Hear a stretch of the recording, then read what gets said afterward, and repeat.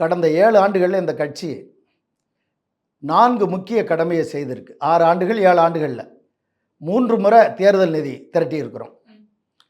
10 ஆண்டுகள் கழித்து கட்சிக்கு உறுப்பினர் சேர்ப்பு பணிகளை நிறைவு செய்து சுமார் 12,000 கிளைக்கழகங்களை அமைச்சு 25 லட்சம் வரை உறுப்பினர்கள் சேர்த்து கட்சியை ஒரு நல்ல சமவெளிக்கு கொண்டு வர ஒரு புத்துணர்ச்சியை ஊட்டியிருக்கிறோம். தேர்தல் நிதி 3 முறை திரட்டி இருக்கிறோம். கவர்னரை நீக்க சொல்லி கையெழுத்து இயக்கம் நடத்தியிருக்கிறோம்.